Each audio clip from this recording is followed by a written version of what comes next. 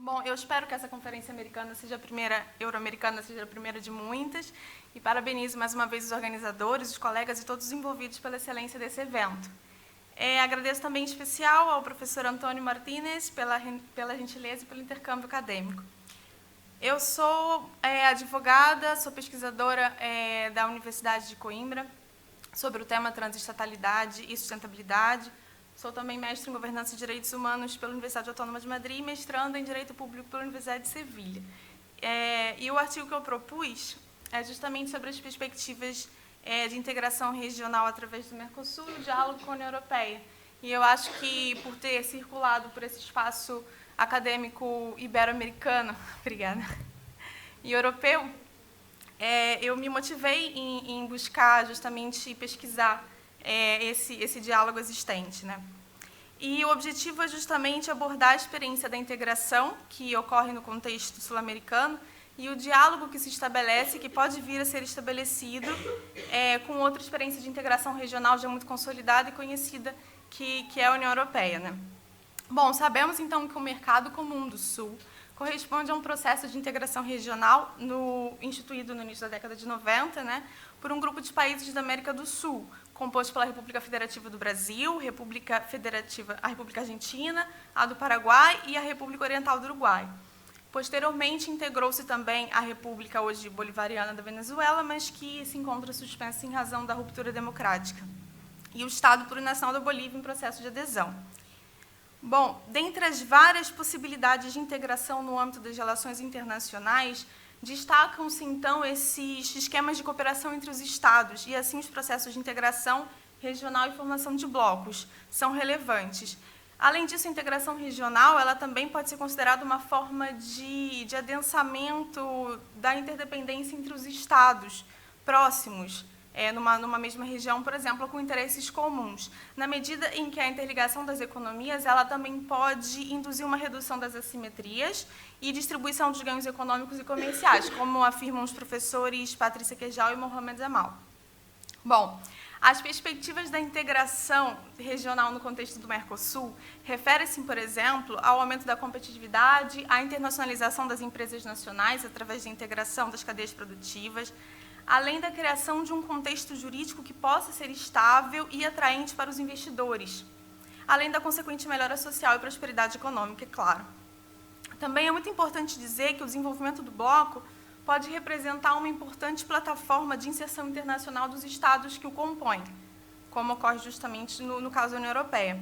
Ainda temos muito a avançar, mas essas são perspectivas possíveis, apesar das inúmeras assimetrias entre os membros do Mercosul, que foram acentuadas através de sucessivas crises e questões nacionais particulares. E é interessante ressaltar que esse parece ser também um problema enfrentado pela União Europeia, e isso nos pode conduzir a uma breve análise das possibilidades de diálogo entre esses dois blocos. Bom, o primeiro diálogo possível, que prontamente se manifesta, é o ato de se voltar a olhar para a experiência europeia, de maneira que se possa depreender desse modelo de integração e desenvolvimento algumas possíveis respostas aos constantes desafios enfrentados nos processos de integração. É, então, importante reconhecer como o estudo comparado e a análise desse modelo de integração que representa a União Europeia são importantes. Claro que a integração europeia, que é muito mais antiga e ainda está em desenvolvimento, dizemos isso porque sabemos que o processo é contínuo, e que esteja, inclusive, em crise, como alguns autores falam,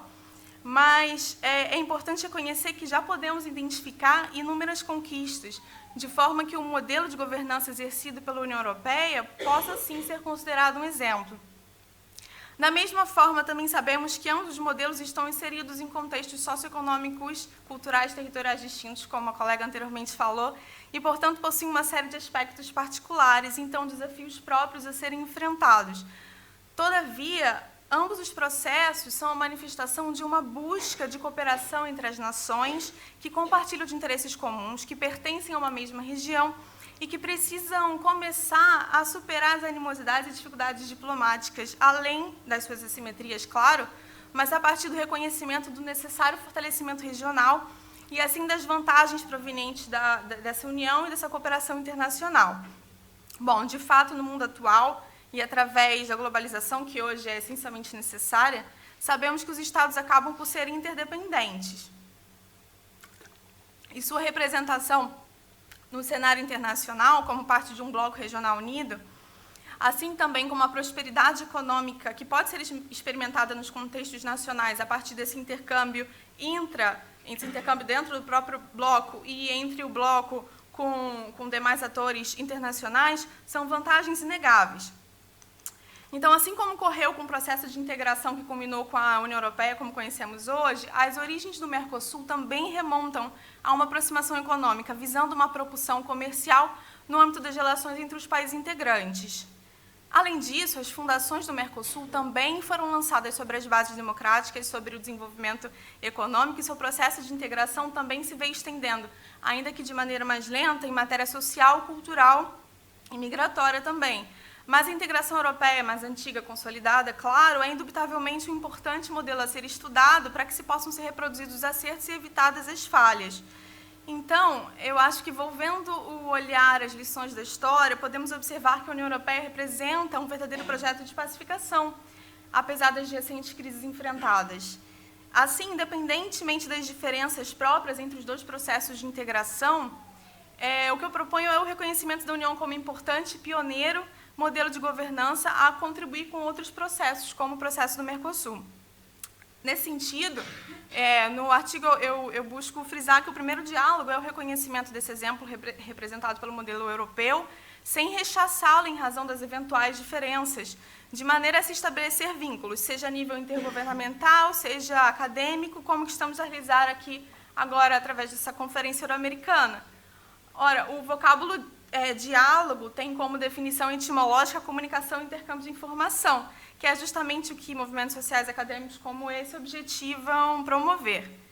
Contudo, claro, o segundo diálogo possível já vem a ser estabelecido na medida em que o Mercosul também representa um importante ator no cenário internacional e, como bloco, pode tecer comunicação em diversos aspectos com a União Europeia. Ambos, representando as suas respectivas regiões, podem ser parceiros no estabelecimento de tratados, acordos econômicos em matérias diversas. Inclusive,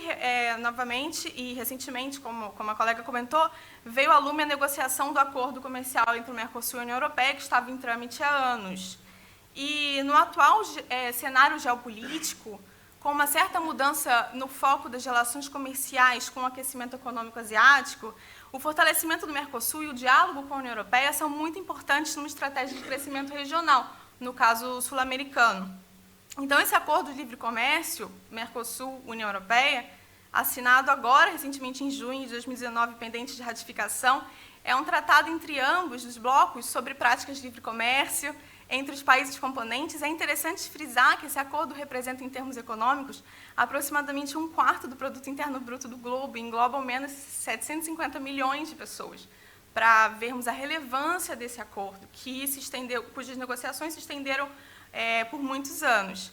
Então, esse acordo envolve diversas áreas, como marcos regulatórios, tarifas alfandegárias, regras sanitárias, propriedade intelectual, compras públicas, por exemplo, mas também é um compromisso dos signatários em implementar e cumprir o Acordo Climático de Paris. Dessa maneira, frente às temáticas cada vez mais relevantes no cenário internacional, como as questões relativas ao meio ambiente, sustentabilidade, que também foram tratadas ao longo desses dias de congresso, as mudanças de paradigmas econômicos, as migrações mundiais, por exemplo, a União Europeia e o Mercosul representam dois importantes atores do necessário diálogo internacional.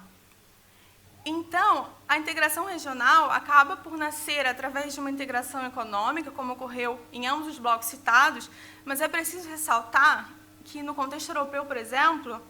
a estabilização econômica e a recuperação no pós-guerra, e com a relevância da União Europeia nesse sentido, geraram uma prosperidade socioeconômica capaz de estabelecer um cenário favorável para a própria efetivação dos direitos humanos, enquanto as recentes crises econômicas fomentaram inúmeros problemas sociais. Então, por isso que nós frisamos a importância também da estabilidade econômica e dos benefícios e ganhos econômicos que esse diálogo entre ambos os blocos pode trazer para toda essa região, e o impacto grande na vida de milhões de pessoas. Portanto, o artigo proposto visa justamente fomentar esse estudo acadêmico sobre a cooperação regional, correlacionando ambos os sistemas, vislumbrando os possíveis diálogos de forma a abordar os aspectos concernentes ao diálogo euro-americano e à diversificação da cooperação internacional e regional. Bom, eu agradeço mais uma vez a todos pela oportunidade de participação e espero estar presente nas próximas edições dessa Conferência Euro-Americana.